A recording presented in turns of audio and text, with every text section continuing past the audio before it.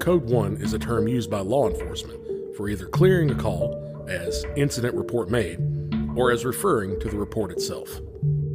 Welcome to the Code 1 podcast, where we start with the facts usually found in the initial reports and scene of the crime, work our way out, and back in. I'm your host, Jason Zod, a professional investigator with over 19 years' experience. Join me as I talk with others who add their own valuable perspectives to a podcast where assumption is always second to deduction. Welcome back to the Code 1 podcast. I'm your host, Jason Zod, and thankfully, blissfully, tonight, my lovely co-host Nat's in the house. Nat, how are you doing? Doing great. How are you? I'm lovely. I got both of you guys with me because to my right is the award-winning crime journalist and host of the Trash Podcast, Mr. John Hunter. By the way, Nat, you also are an award-winning announcer. That's right. And broadcaster. So, John, what do you think about that? You know, she does her thing, I do my thing. We'll just keep it separate. PSA Director of the Year, 2 years running. Mm-hmm. Some real divorced dad energy you got there, John. Real good stuff. Yep. Well, are you guys eager to jump into tonight's case? I've been looking forward to this. I've never been more eager. I like it. I like it a lot. So we're going to get in the Wayback Machine on this one. And we are going to go back to not too long after World War II. On the night of June 20th, 1947, shots rang out in the night, shattering the stillness of the dark in Beverly Hills, California. Right after that, a neighbor claimed that they heard a car speed away.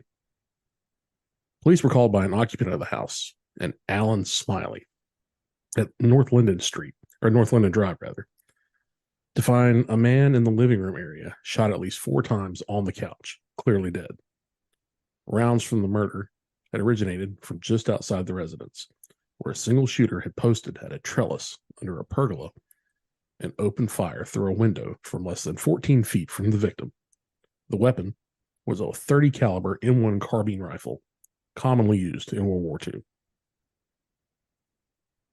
The rounds that had hit the body were fatal, or potentially fatal. The white male victim had been shot from approximately a 35-degree angle from the direction he was facing. One round skipped across the bridge of his nose and struck him in the left ocular cavity, a generally fatal shot on its own. Another hit his right cheek area and was likely the round that exited out of the back of the rear left side of his neck. Another fatal shot. The 2 other rounds hit him in the left and right chest area. Any one of these were also potentially lethal. An estimated 5 rounds did not strike the victim, with most striking the couch and the wall behind the deadly assault. A statue of Bacchus was perhaps appropriately destroyed, and Smiley himself had a hole in his jacket from where he had been standing in the vicinity, but no bodily injury. Across a desert, and merely minutes after the shooting, 3 unnamed men walked into the Flamingo Casino and Hotel in the bustling lights and excitement of Las Vegas, Nevada.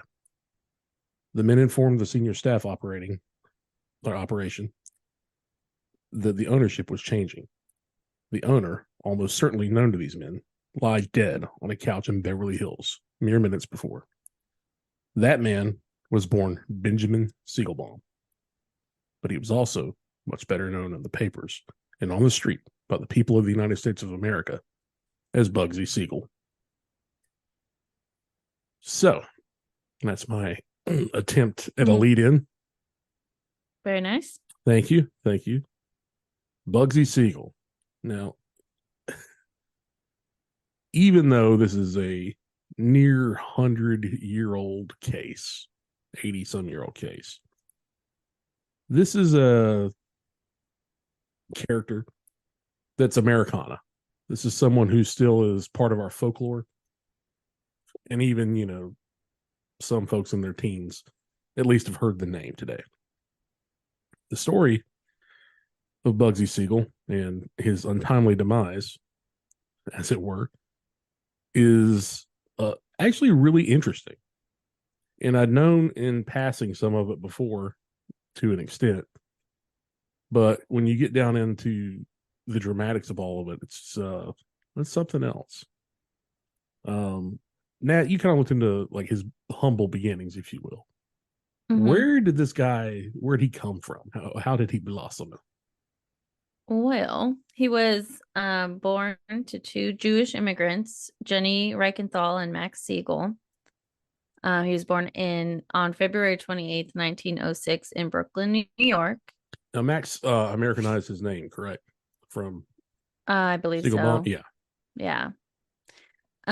And they're very poor. They living in Williamsburg. His parents worked really hard, doing odd jobs, getting paid very little. But everything that I gathered just meant that they weren't around. They were working. Mm-hmm. Because he was one of 5 siblings, I believe. You're correct.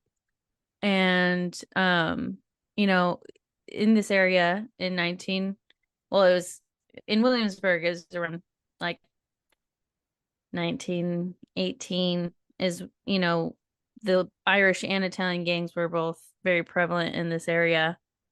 And he got, swept into it because he saw how they were living. He was very poor. He wanted to be, he wanted more for his life. He wanted money and riches. And the only way he saw out of where he was, joining a gang. So that's exactly what he did. They were like robbing these like street carts. Yeah, he was like 12. Yeah, when he was like a kid. Really. Yeah, he really was a teenager extorting extorting the carts on the street.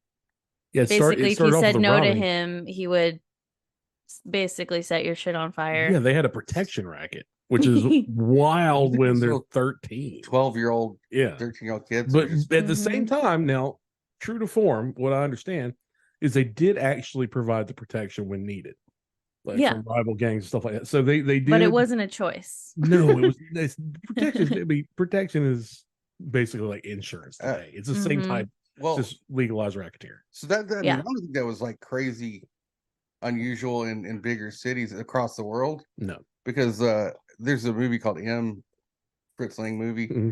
And there's like a thing about child gangs and that like these little gangsters that'll London, the Baker Street Irregulars were based off of child gangs as well.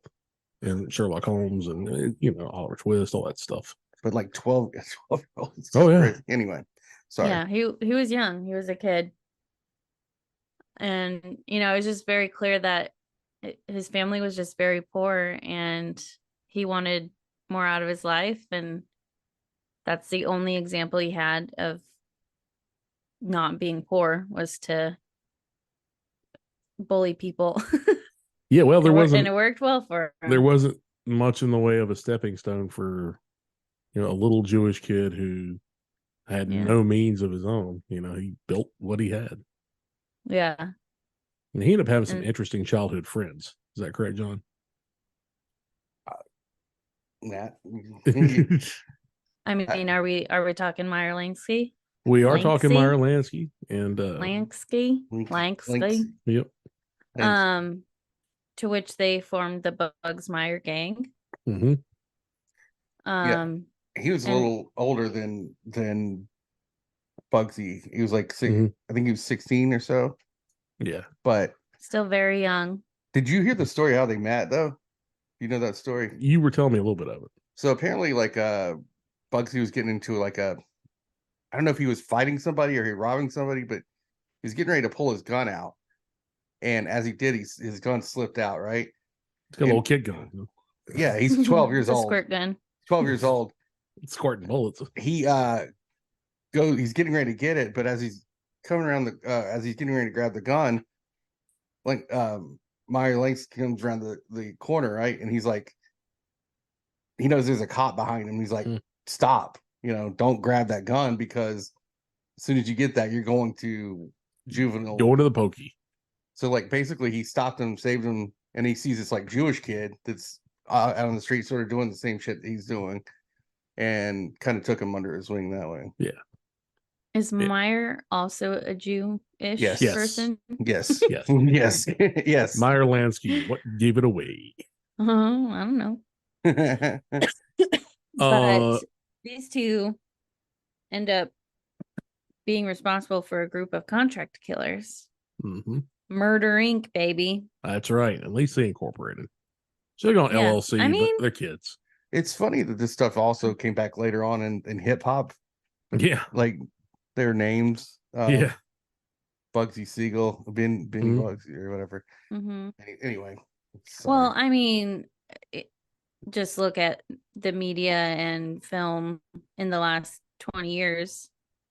Yeah, People glorify mobsters. I mean, yeah, it's probably back when he was a It's just- kid. Yeah. Well, yeah. I mean, it's just always been glorified, but it Mhm. just even more. I don't know. Maybe not Sure. more, but it's that's one thing people haven't strayed away from, regardless of how violent and terrible these people were. Yeah, They're attracted to the romance. Hey, Yeah. did you ever find out how he got his nickname? Well, was it because I know what it translates to, and it was like a nickname given to him by the other like people in the gang, because he, like, when he went off, Yeah, he got crazy. he actually got it slightly before he formed that gang. Oh, When he was just hanging around the other kids, they called him Bugsy, which meant you were nuts. well, I think Yeah. it's like talking about a bed bug specifically. well, Yeah, yeah, but it translates to like a bed bug. yeah, crazy like a bag. Oh, okay, Yeah. sorry. And So, he hated that fucking name. Yeah, is like, you don't call him that, and like, you only call him that to other people, not to him. Yeah, his quote, I believe, was, Baby and I'm makes paraphrasing. Yeah. Oh, George, not the livestock. Uh-huh. That's baby. He had a quote where he's like, "My friends call me Benjamin, my associates call me Mr. Siegel." He's like, and nobody who's ever around me calls me Bugsy. Gets to walk away from it. It's like, damn, Mhm. dude, he really hates that fucking name. Yeah. And mind you, he was a very handsome man. Like, Yeah. blue eyes. Like, it's not what you would expect. He was a bigger guy for, I guess, that time too, like 5'10", and Yeah. like Yeah, Movie tall, star, blue good looks. eyes. Yeah. not bigger, but like Yeah. that's why he provided muscle, I guess, for Right. for Lanksy, who's like, a smaller guy, who's not very, Right. very threatening. Anyway, He also stood Yeah. out. And a lot of times it seems like he liked to stand out. Yeah. I mean, that becomes very clear. Yeah. But I mean, so now we're getting into his, younger adulthood. And I don't know how old he was, because I'm not going to do the math, but he marries Esta Krawicker. Close enough. Whatever. His childhood girlfriend, in January of 1929, who he had 2 daughters with. And you'd think, oh, happily married man,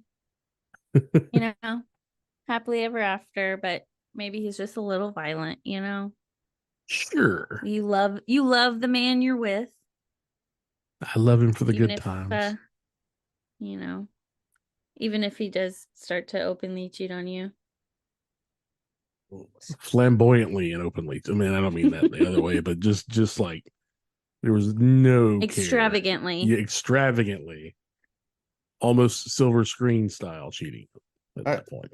I also think their business had changed as well. Their business model. Yeah, they went away. They're doing well. They started doing like car Right. thefts and things like that, and then They got into bootlegging, which was the Mhm. choice thing to do at that point, because Prohibition, baby. yeah, Prohibition was in full swing, the roaring 20s. Mhm. And boy, organized crime had its heyday. I mean, you talk about guys like him who came from nothing, using that to really spin the wheels and make a profit machine. And this right here is Mhm. the entire premise of the series Boardwalk Empire. But for anybody, Yes. of course, they exaggerated things and things were wrong and changed names and everything. I don't but know. It's probably pretty accurate. pretty dead on. Even though the main character's name was different than the actual guy. His last name is not his first name. Well, some of the details too are not Right. the same, but but anyway, if anybody's a fan of that show. And also some of the American South, including North Carolina. The NASCAR runners started around that time. The guys who were running moonshine through right. this area. Well, That didn't really have anything to do with them. No, but it's just fun to put in there. A little slice of home. Okay. All right. Well, anyway. are we talking that one show? Yeah. Dukes of What's it Hazzard called? Yeah. Dukes of Hazzard, yeah. That was Hazard That County, took- Georgia. took place in all the same. 1921. It's all the same to me. Technology's all the same down here, so it's fine. But yeah, so they're in the booze biz, and boy, Mhm. business is booming. Until some bastards in Congress repeal prohibition. And Well, things change. well, there's something that happened before that, though. What's that? Probably the biggest thing that happened to them was they came under the wing of a man named Arnold Rothstein, and he nicknamed the Brain. Arnold Rothstein's probably most noted for allegedly fixing the 1919 World Series, which is the legendary Black Sox thing. And if you go into that whole thing, it's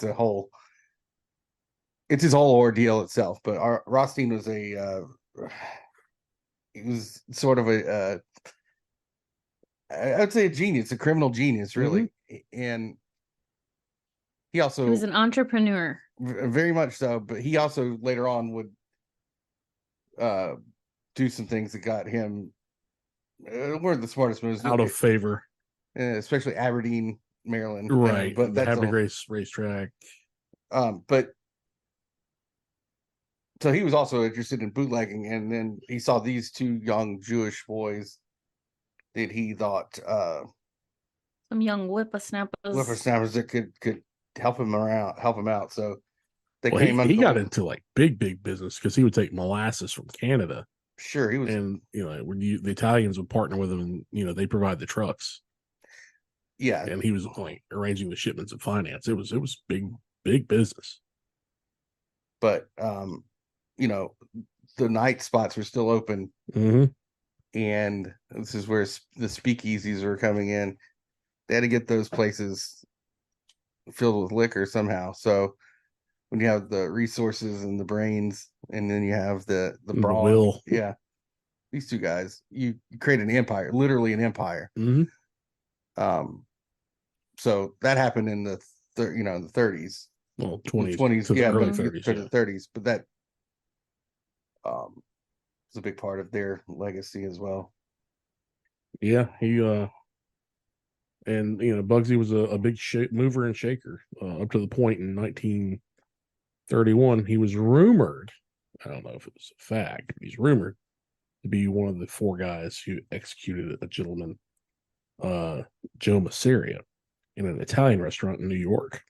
Now, that's not good. It's bad to kill and murder.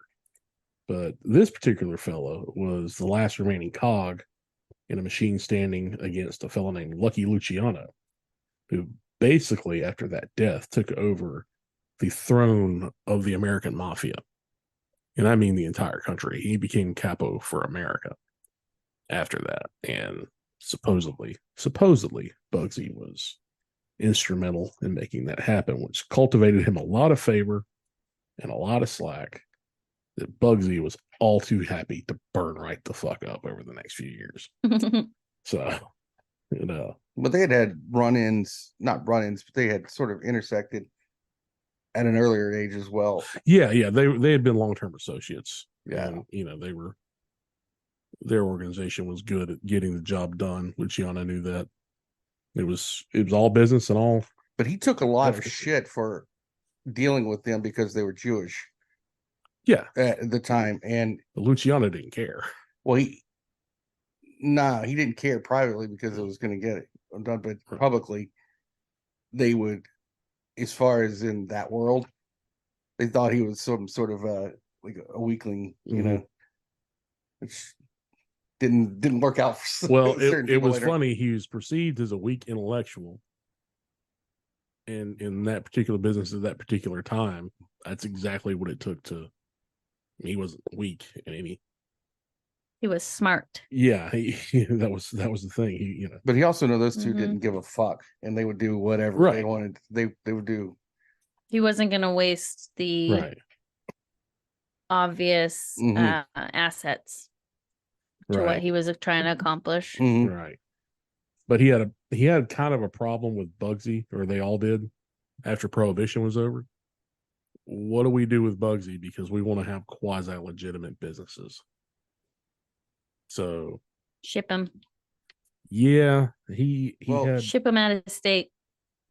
he was tired of being there anyway, though. I think. yeah, it because- coincided with his interests. It was mutually beneficial. A lot of when he was a kid, when they were doing their gangster shit as kids, Mhm. when he wasn't doing that, he would go into these movie theaters and he would watch Chic and he'd watch Rudolph Valentino on the screen, and like that's what he wanted to do. That Mhm. was secretly his passion, was to be an actor.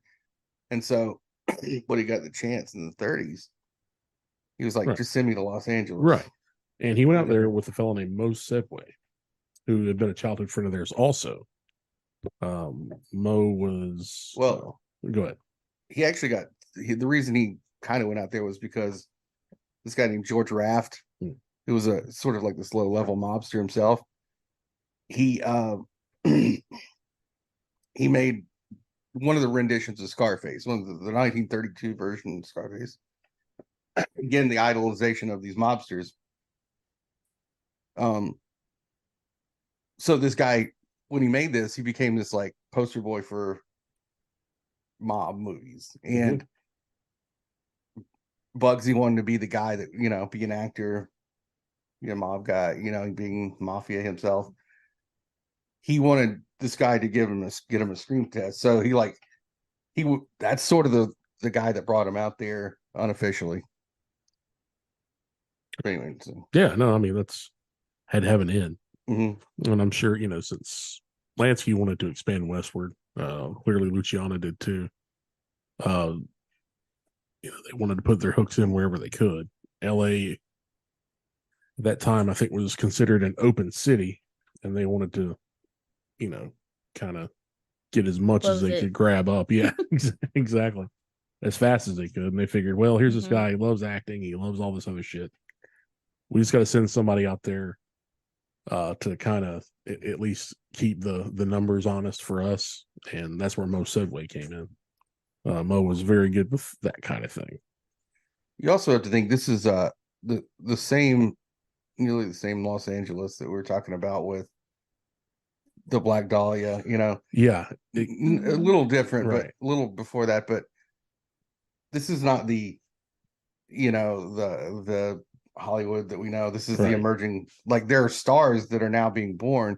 This is very attractive to the American public. Like they're now seeing these people who are actually talking. That was another thing that they were just the Rudolph Valentinos, the Buster Keatons. They're actually could hear them talk. They could see them move. So like these people became larger than life. Right. And in addition, the real estate out there was, like you said, insane. And there was a whole thing with the water. Yeah. Yeah. Which is like, hell, that's kind of going on today still. Yeah. But, and keep in mind, in America at that time, you had a hotbed of a gangland war for a decade in Chicago going on. You had Al Capone there. The Valentine's Day murder. Yeah. St. Valentine's Day massacre, all this crazy shit. So I mean, it was a hopping time to be a suit wearing gangster in America. And and Valentino, I mean not Valentino, Jesus Christ. Luciano and Al Capone were actually sort of, they had a Cold War. Well, but those two were like sort of contemporaries when they were young as well. Yeah. their underling bosses put them in lots of things together. So Right. yeah. And it was never, nobody wanted those two to go at it because it would just have destroyed everything. Yeah. Even though, it was sort of inevitable in some fronts. So the smart thing that Luciano and Myer Lanksy wanted to do was take the operation out west. Chicago could have Chicago and all that came with that. They would sink Lansky and a lot of the Italians would sink a lot of hooks into Kansas City. It's like a transitory spot, and that's still big today. And they would operate a lot of the out west stuff from Kansas City, but at this point they haven't even established that network. And you've got Bugsy out there riding his ass all over Hollywood, having a great old time. Well, and at first he gets into the riverboat business, correct? Well, he wanted to be an actor, so like he did probably the worst thing you can do as far as being a gangster is he put himself out there everywhere. Like he made himself. He had headshots. Yeah, headshots. Yeah. He wanted to be as attractive as possible, so people would notice him. He would swim every day. He had this like beauty routine he did. Very American Psycho. Right, and he was very, very fit. So, and it wasn't just a skin routine. Like he tried every single product. He had a routine every single day.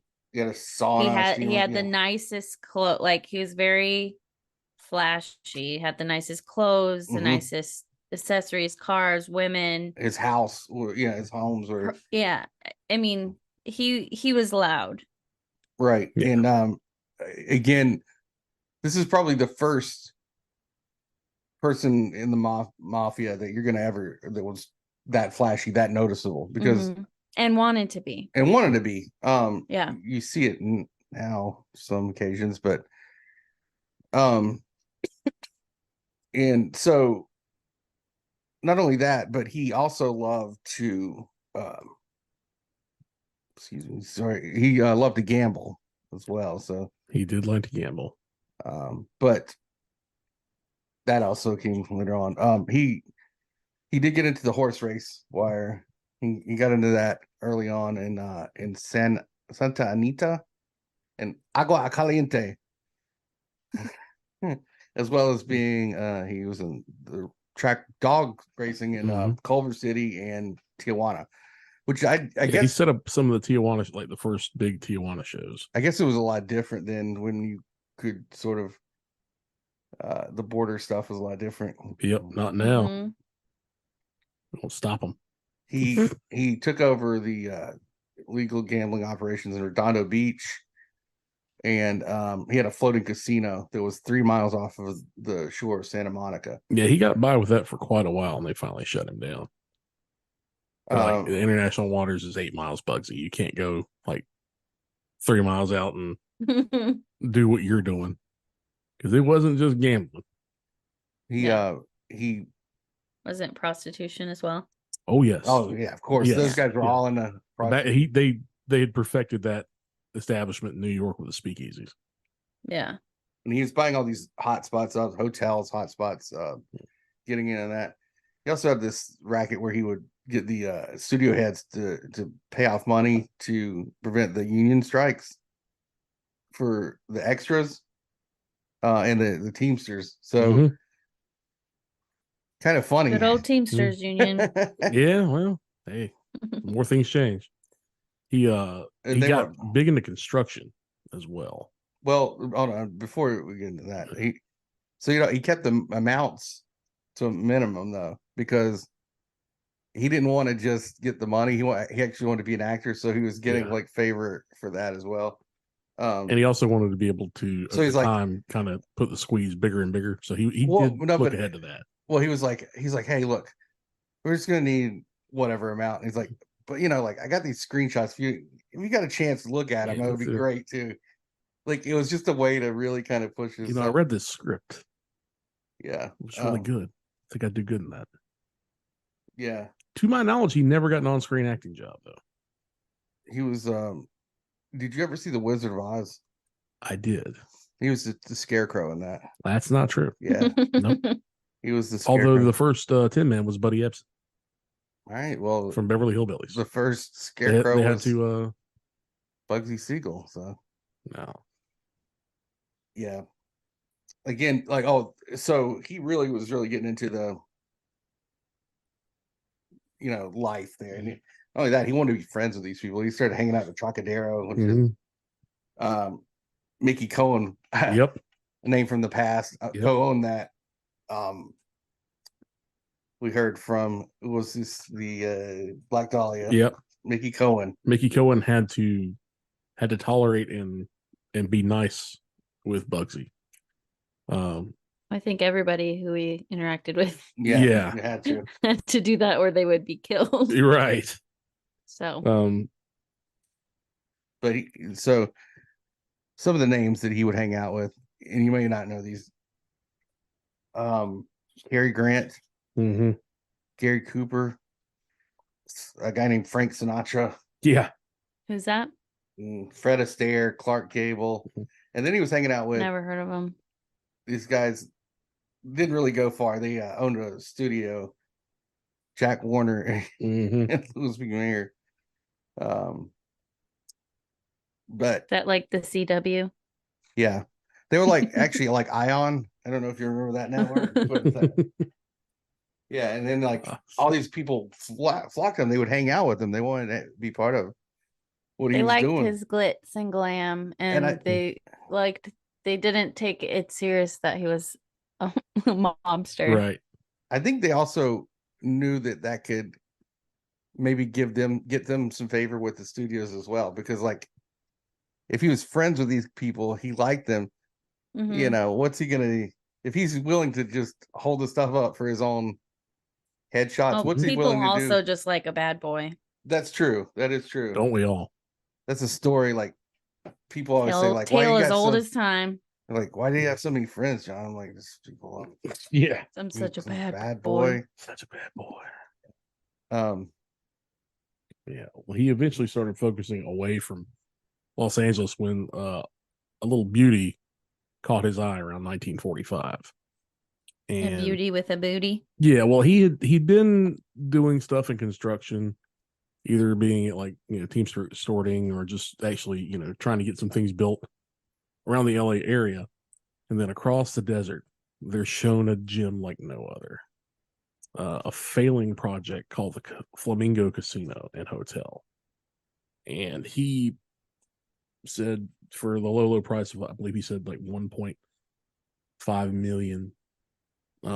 He pitched it to Lanksy and to the other not so legit investors that they would have a gold mine in the desert and his vision for Vegas. And I mean, true to form, he was right about the vision as far as like what it could become.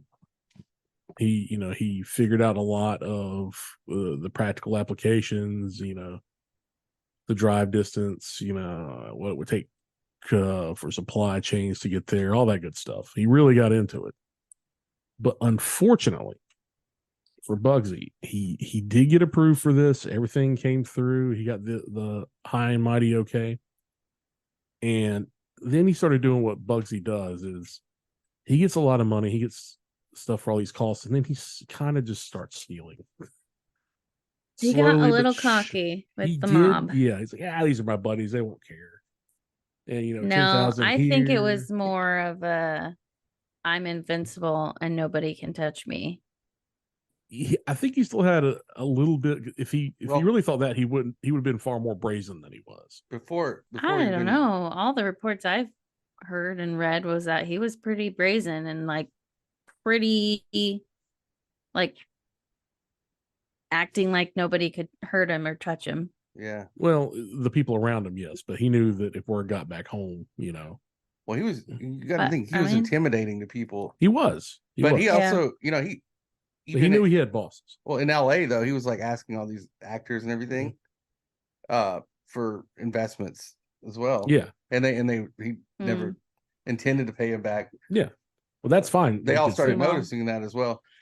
But the fun part was that in 1946. Yeah, late in 1946, he has a grand opening of the Flamingo finally, but it's still under construction. So he kind of like drops curtains. He covers And things up how far over budget was he at that point? massively. Wait, what year are you talking I about? believe it was 46, late So- 46. Let me just say that before all that, he had like he went to this like these people, the countess and some other people, Mhm. and told them there was Oh, yeah, I this forgot buried treasure off of yeah, the cruises. Oh, the yeah. skin. Sorry, I And so, completely he was forgot about that. saying to go out there. He would basically, you give him money and you go out there and blah blah blah. So they would spend days going through these jungles And he dynamiting. created this And- amazing So like story and map and all this stuff. So Gene Harlow's stepfather was like some sort of mobster. Mhm. He was one of the people that he did. So he was like pissing people off left and right. Right. Because we didn't give a fuck. Well, I forgot about the I think it was 1939 debacle. About the Adamite. Yep. Yeah. So have you ever heard of Adamite? This is Nat? all relevant, I think. Yeah, it is relevant. No. So Adamite was this big, new, lightweight, inventive, massively powerful explosive that Bugsy supposedly got a hold of. And It had the Was- power of an atom bomb, but detonated without a sound or flash. right. And like he was hawking this motherfucker, right? And I think it might have been later. It had to be like 42. What was it? Mentos and Coke?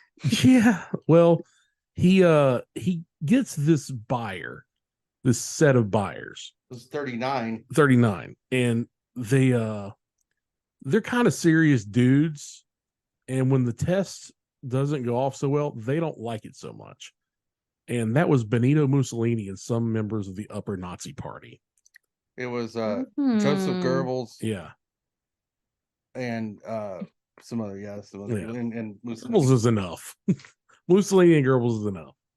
Yeah. So he So, pissed off. normal people to be fucking with. Yeah, the Italian fascist party, and then the fucking not the Third Reich. Il Duce and fucking Well, Yeah, Goebbels. yeah. shoot or shoot. What can you Those say? guys, look, You got me. I on mean, that. can I'll you say- blame him? Yeah. great dressers as far as I'm just saying the outfits. Horrible. Not the Italians. Oh well, they had not. The Nazis were way flashier than the Italians. All I'm saying is they don't have a sense of humor. Not so much with the ha. No. But that's also a funny thing because in 41, that did you mention that Which thing? with the Harry Greenberg? I did not. Okay, do you want me to go? Go ahead, please. So he had no police record in 1941, as long as he had been doing this. Who, Nothing Harry on or the book. Bugsy? Bugsy, Bugsy. right? But in 1941, he was put on trial for the murder of Harry Oh, Big yeah. Greenie Greenberg, Mhm. right? Mhm. Um, Let me guess. what? Another Jewish man. Yeah, believe it or not. But being that it was in LA County Jail, guess what? Bugsy got preferential treatment, so he got to He use had his. friends. He had hand tailored uniforms. Mhm. Hmm. He had notch lapels, quality denim. He slept in the prison doctor's comfortable bed. Yep. Used his private shower. Didn't Got they to let use- women come in? Yeah, takeout food. He got caviar. 49. I mean, it sounds like he got it figured out. Yeah, he got a day. Well- He got some time off. 49 day stint. He was allowed to leave 19 times. Yeah. He did, And- however, have 2 convictions that resulted in fines Well, hold on. of less than $100. He got to go previously. to his girlfriend's house at the time to entertain her, is what they call it. And He was still married at that time, wasn't he? Oh, yeah, yes. he married Yeah. until his death. and he had many mistresses on top of that, like Yeah. famous people. Marlene Dietrich, like Mhm. I forgot the number Yeah. of people, but he's like He had Judy Garland show up along with Clark. Yeah, Clark Gable at 'cause his he played the casino. Scarecrow. Yeah, no, not so much. But he eventually was acquitted after 2 state witnesses mysteriously disappeared. How Well, dare they? if the glove don't fit. Yeah, Mhm. that's true. And then he, I don't know. I'm just amazed you haven't started old timey gangster talking. Yet. I really want So, to. Yeah, Sorry, I gotta get this. Yeah. Horn itching. Yeah, That's my favorite when the phone rings. and the horns engine. So 44, he was arrested again. Did you know? Or I don't want to jump ahead of where you were. No, go ahead. He got arrested again and was with George Raft, who was the mobster, the screenwriter, etc. Mhm. And the LA Vice Squad, which we talked about on the Black Dahlia episode, Which ended up being the basis for the TV show Dragnet. right? They busted their gambling room at the Sunset Towers Hotel, and whatever happened in there, Siegel was kicked out of the Hillcrest Country Club, and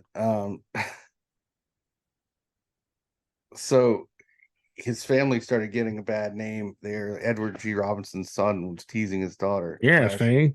Yeah. Yeah, see? Your dad's nothing but a loser. But Edward G. Robinson's whole career was based on emulating people Like Bugsy Siegel. Bugsy Siegel, which was He was in the fucking 10 Commandments playing a mobster. a mobster. Yeah. Moses, let's see people make bricks without straw. Oh, yeah. He really, yeah. For any of the old people that listen to this show, boy, you guys are getting these references in Aren't they all spades. old You ever people? seen Sanford and Son? Grady worked there. A little bit coming.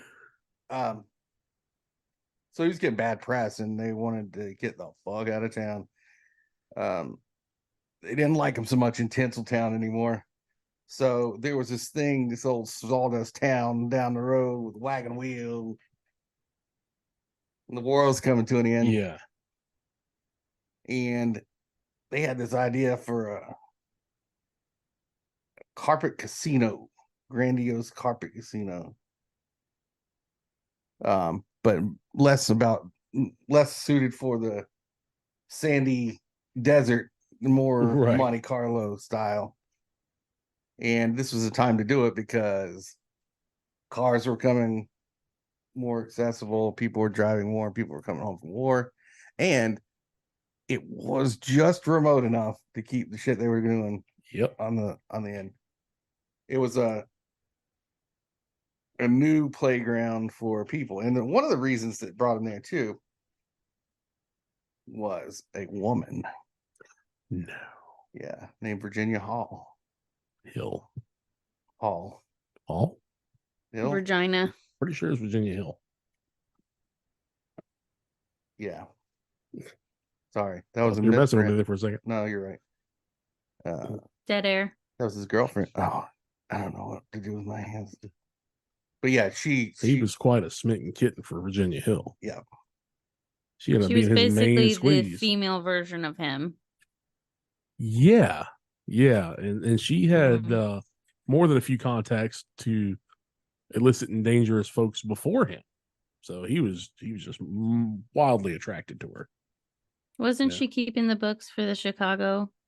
That was the allegation, is that she had in fact Allegedly kept the books for multiple operations involving the Chicago mob, all the way back to the Capone days, which Capone died in 1947, so that wouldn't have been very far. So more or less, he's dating Virginia Hill, and things couldn't be better, except they're terrible. He's getting more and more in debt from the money he's stealing. Mo, at this point, has had no choice but to report back when Lanksy and the other investors are asking about where all this fucking money that they're sending out there in buckets and trucks is going. And, his alcohol abuse and what other habits he had are leaving him getting wilder and wilder. So at this point, maybe he does feel a little bit more invincible. Maybe he does feel like he's beholden to no one, because he certainly starts fucking acting like it. And on the night of June 20th, 1947, he was at that house in Beverly Hills, because it was Virginia Hill's house. And her lease was getting ready to expire. They had had a big fight. And she took her ass off to Paris. It's like, yeah, screw this. I'm going to Paris because that's what you do when you're a mobster's girlfriend with a lot of money. That's what I do. Yeah. So he returns home with her brother and another lady. Last name of Mason. I can't remember her first name. At one point in the evening, around Jerry. Yeah. Jerry. Or at one point in the evening, around Jerry 10-ish, 10 o'clock, they go upstairs. Her brother's name's Chick. Chick, yeah, that's right. Chick Hill. Forgot. And I think they should switch names. right. Between 10:45 and 11 o'clock, one of the things he liked to do was just go through a bunch of newspapers. Like he just, anything he could, anything related to him, anything he capitalized on, he just liked to comb through tons of periodicals. I'm sorry, did you mention his boy was there, Alan? No, I had mentioned that initially. Okay, yeah. They had all been out to dinner the night before and to the clubs and stuff. Alan apparently was either a teetotaler or he just didn't give a shit and was the one, Alan Smiley, was driving them all around.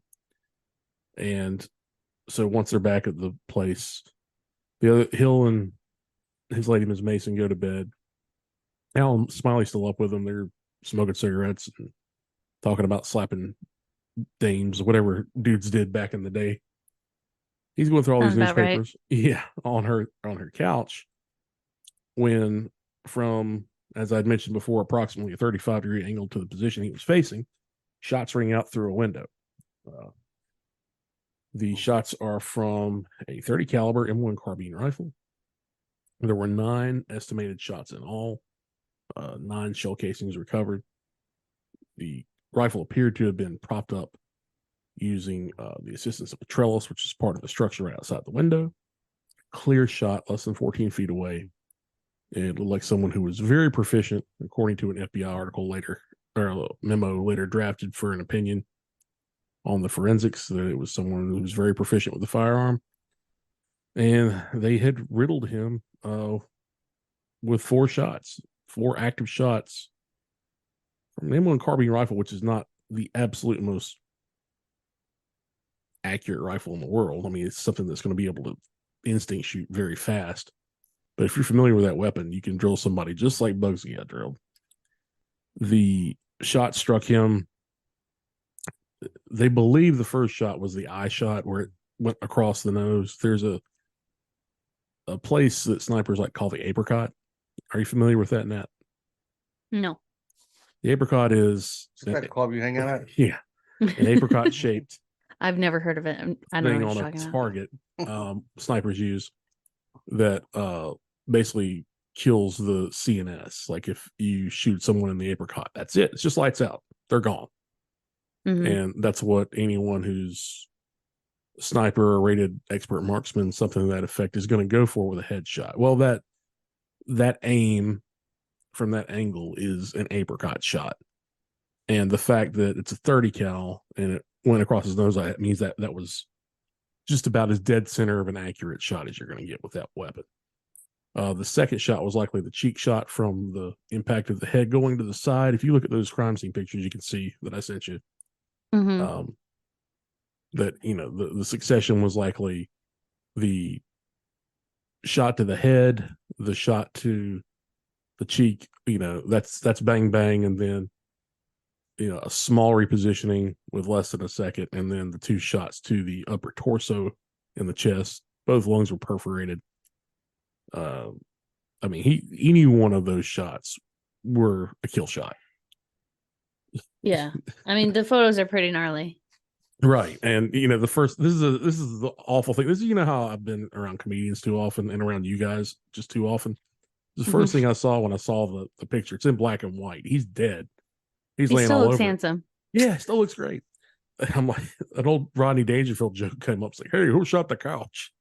Yeah. First thing I thought. I mean, honestly, though, it doesn't seem like I mean, it's black and white. It's right. So old. It just, and then like the other eye is just, you know, obviously dead, but yeah, it's open and it just looks like a fake scene. I don't know. Yeah. It's I wild the first years time you see detached those. from it, but I think that helps when there are years between. so old. Yeah. Yeah. It seems fake, honestly. Yeah. And that's how these things look in real life. When you see it, you can see where the shot skipped across the nose, which is a hell of a telltale as well. The black and white one that's got more contrast on it, of just the face, you can see, the fluids coming out of various places, including the reverse shot where you see him lying on the couch from the other angle. You see the exit wound, likely from the right cheek shot, coming out of the back of his neck and a heavy stream of blood. And then you have what looks like a light dried stream. The head was probably moved at one point post-mortem. Well, obviously, they saw the murder and everything was good. Not so much. The external shot, I really like that because they're using those old hoops to mark stuff on the ground outside where the shooting area was. But if you kind of line the structure up with where that arrow is pointing, the actual shots came from right over where the dude in the suit who's standing is like right behind his shoulder. Yeah, you're gonna have to. It's such a movie. It's such like a cinematic. Right, it's very picturesque. Yeah, I mean, there's a bench there. Yeah, that's the irony. The trellis, yeah. What a beautiful place to kill someone from. What a beautiful place to die. And the Bacchus statue getting killed made me laugh my ass off, just because Bacchus being the I just want to say, entity. Very convenient for Virginia to be gone at this time. Yeah. A lot of people share that thinking. A lot of people do. With our man Smiley only getting a hole in his jacket. I mean, that's $1 million jacket right there. You never sell that thing. You keep that forever. Because, remember what's going on at this exact same time. The Flamingos getting taken over by. Yeah, this happened moments later. This entire plan was set into motion. It was orchestrated for sure. Oh, right. Mo had to know if he didn't have something to do with it, he had to know it was going to happen. Well, let's start with Mo. Yeah. Because Mo, he obviously couldn't have killed him. No. Mo was a childhood friend of Bugsy's. And he had been basically ordered by Lanksy to send the numbers back. The gambling, the side businesses, and the construction costs and all that. Well, the construction costs, obviously, all the money but a lot of the money got pinched. It was out of control.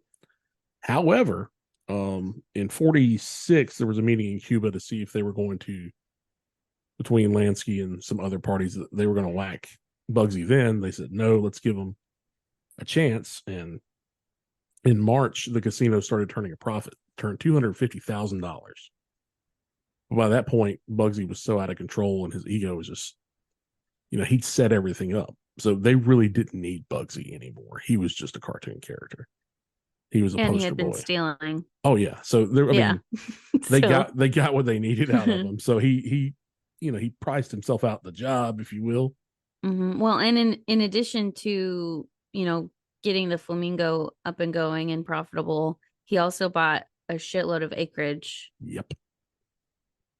Out there, which turned out to be a lot greater investment than the Flamingo was in the long run. Yeah. But that's another story that ties into some folks that we've had on even another episode.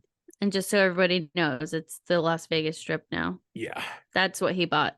Yeah. But he had this vision in his mind before anybody else and bought that out because that's. Oh, yeah. Bugsy had the entire vision of what Las Vegas would and could become.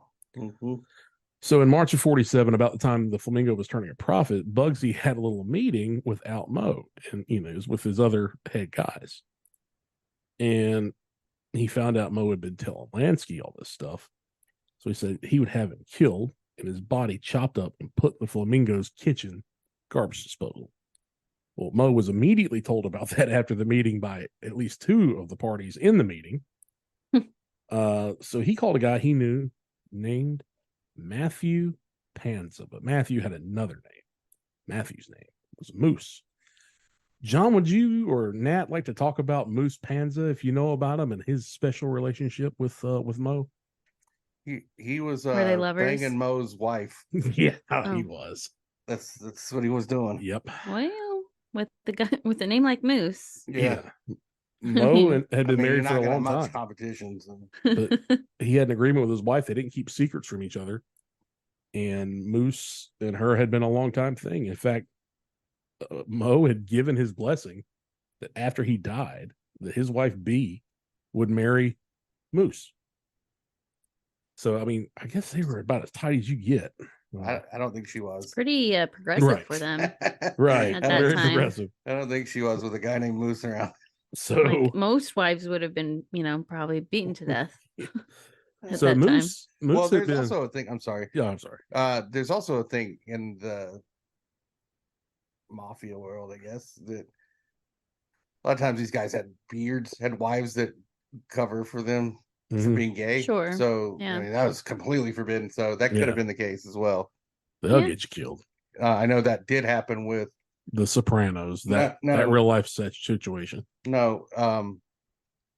with was it Virginia Hill? Virginia Hill, yeah. She was one of Al Capone's right hand man. She was like a beard for him until Don't you dare talk dirt on his name. not Al Capone, his associate. Yeah. And he until he died. They called him Dick McLips Malone. Mhm. You know, old Dick Lips Malone. All right. No. No, I 100% believe you. I'm a silly man.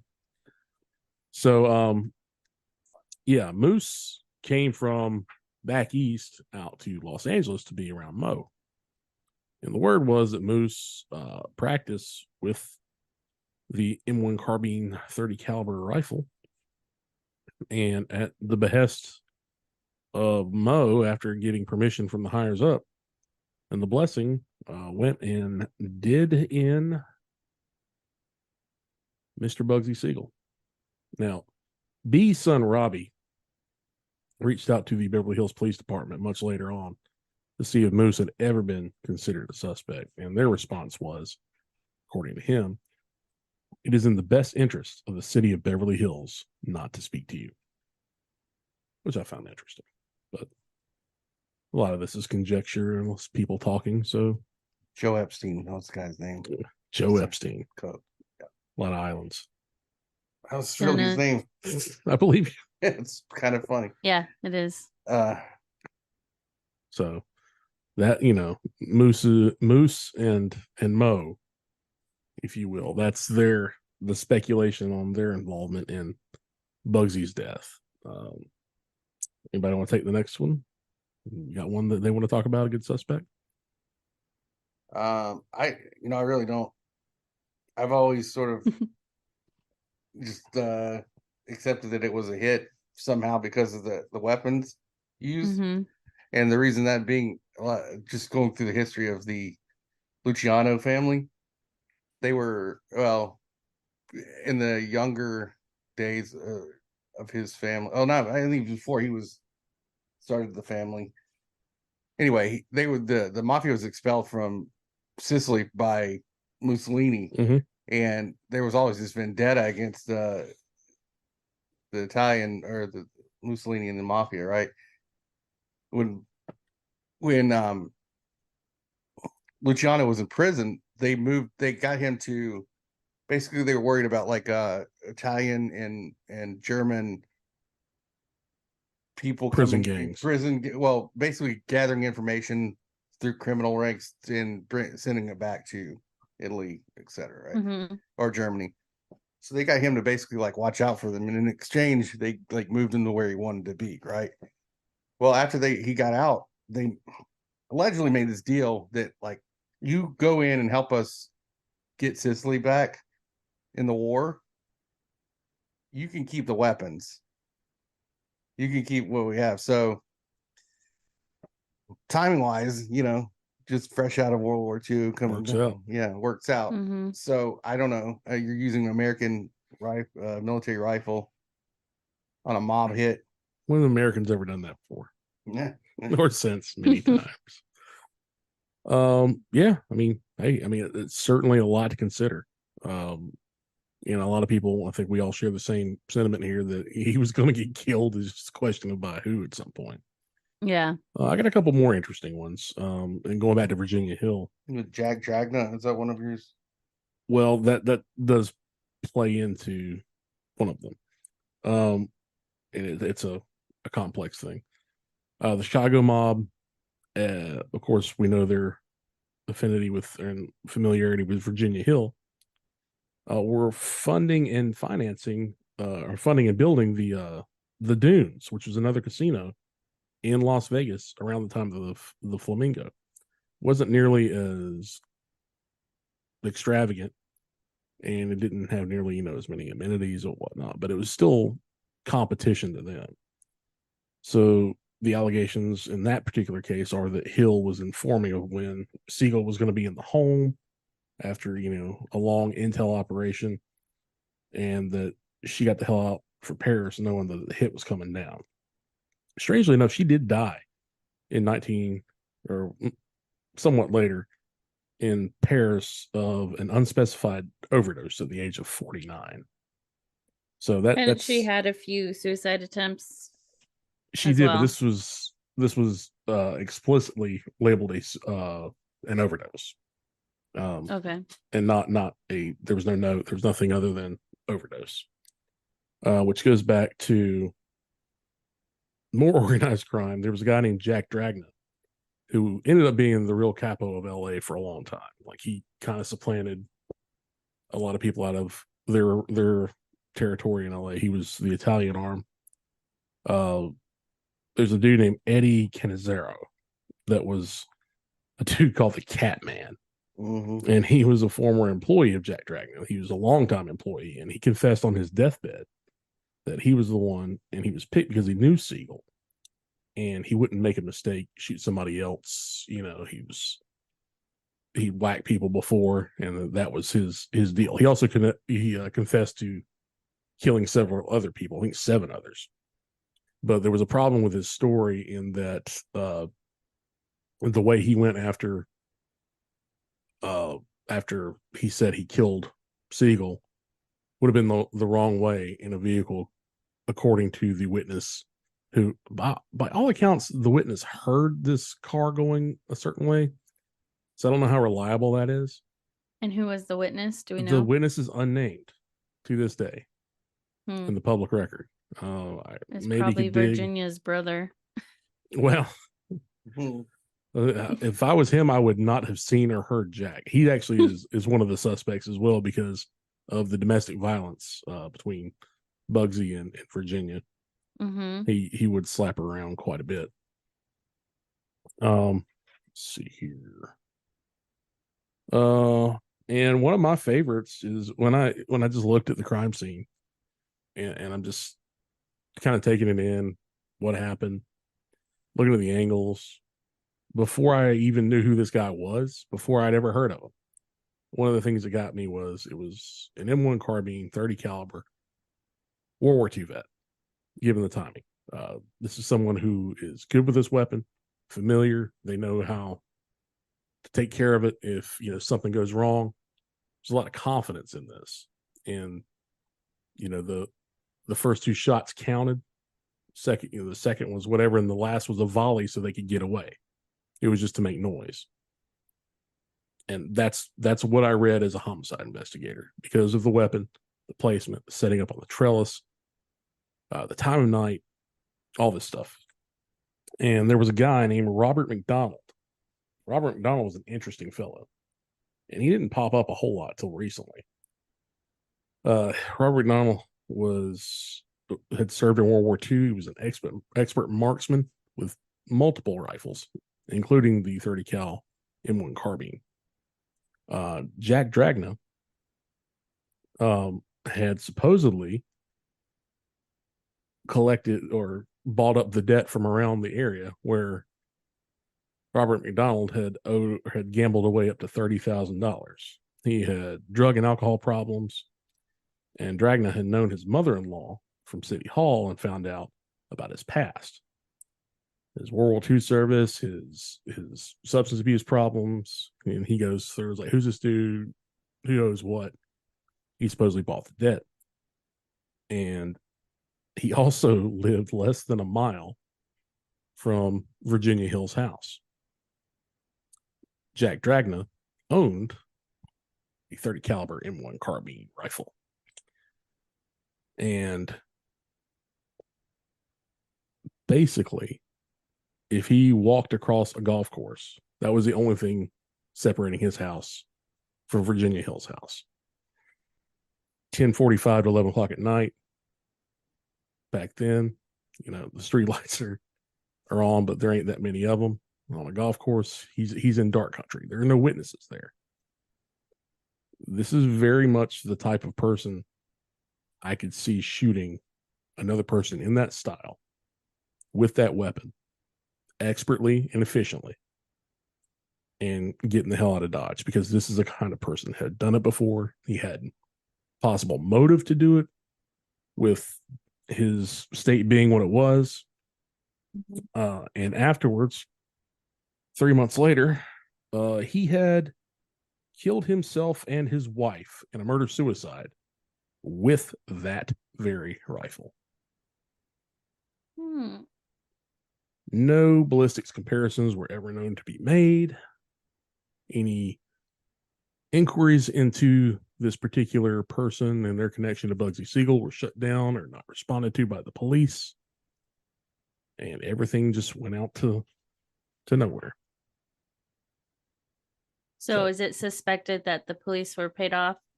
It is suspected that this is so messy and tricky that there are so many.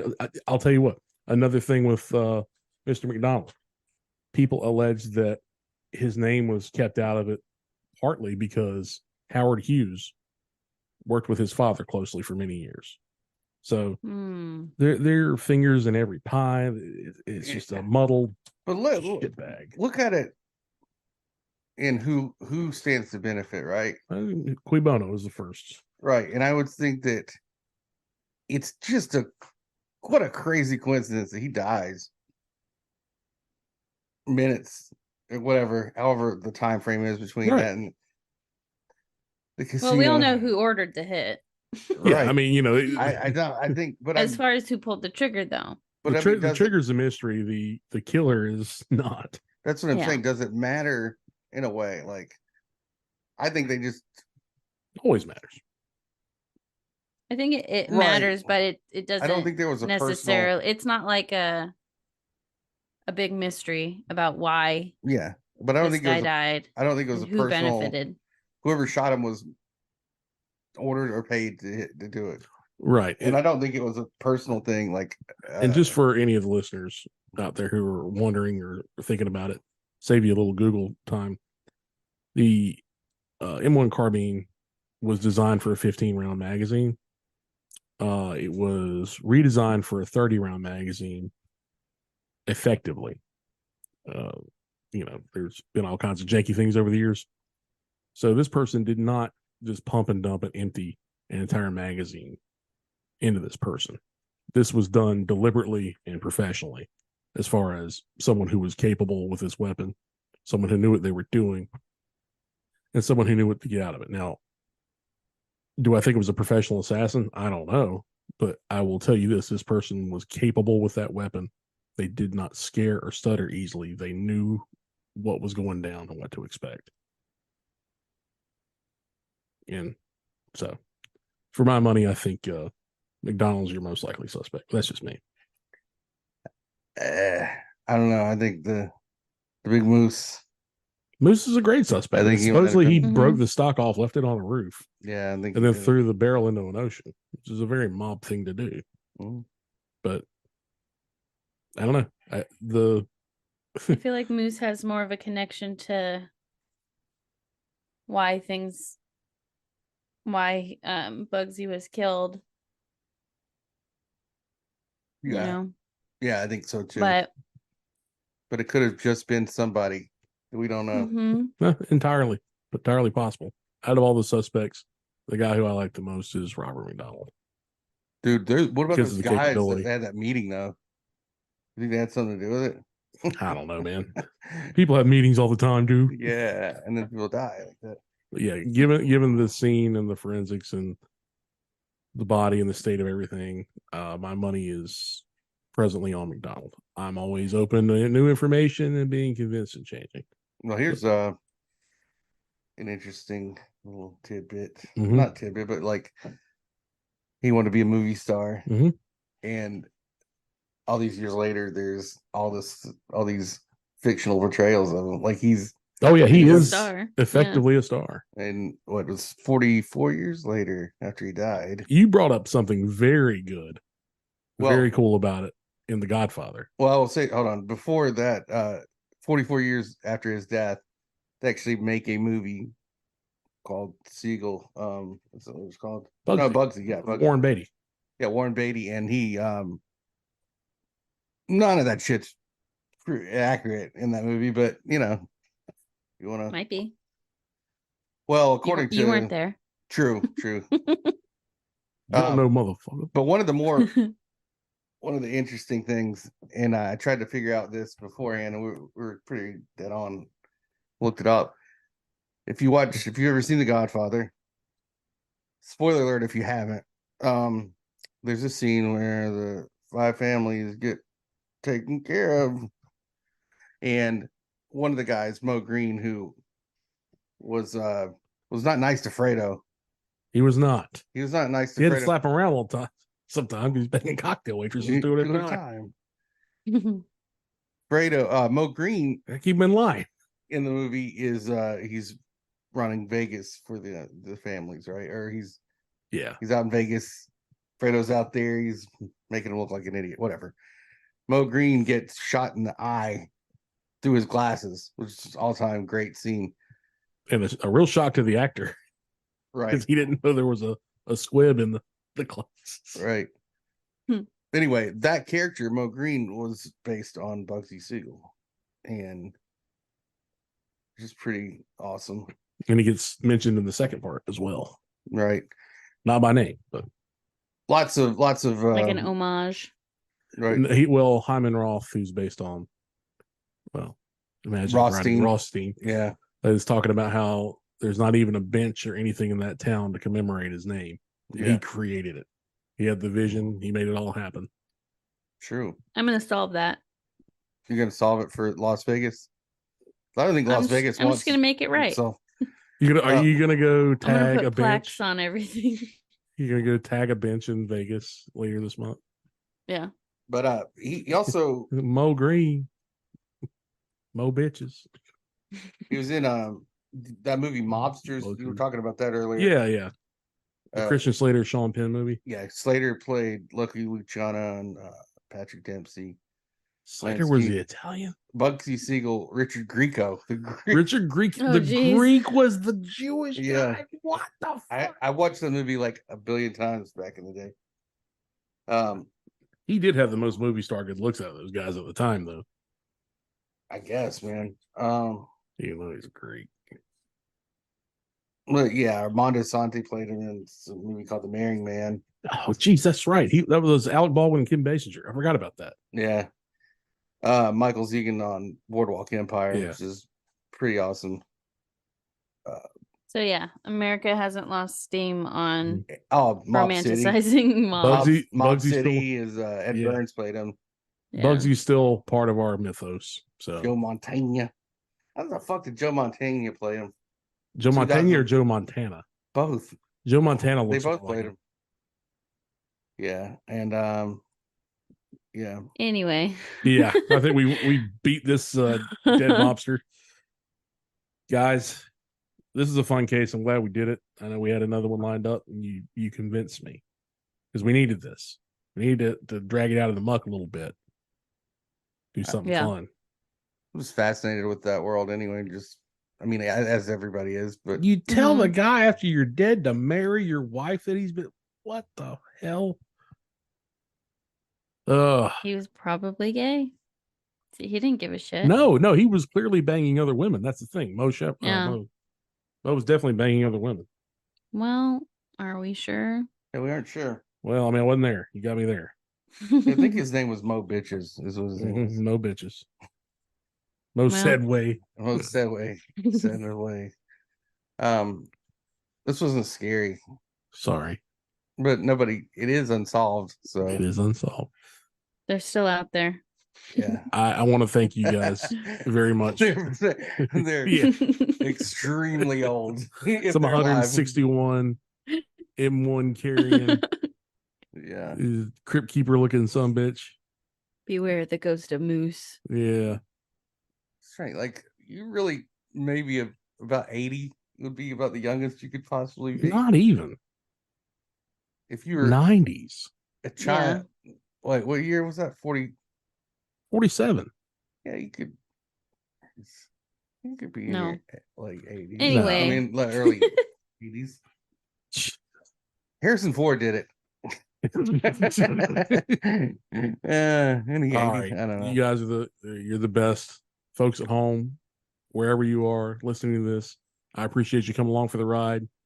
I enjoyed it. Hope you enjoyed it. We enjoyed it. So we're gonna do our sign-offs. Nat, you want to go first? Close your goddamn blinds. That would have helped him a lot. You know that they couldn't have seen into the living room Well, if they had pulled the curtains and yeah, he should have listened to me. I agree. He should go back in time and listen to something. John, how about you? You got anything tonight? I want to come see you. Stop throwing it to him. Stop giving him You know I do need to, openings. what's that thing when the phone rings? You said horns itching. The horns itching. All right, guys. I'm Jason Zod. Betrayed you. Jesus God. I'm Jason Zod. Don't be afraid. Be aware. Thanks. Oh, yeah.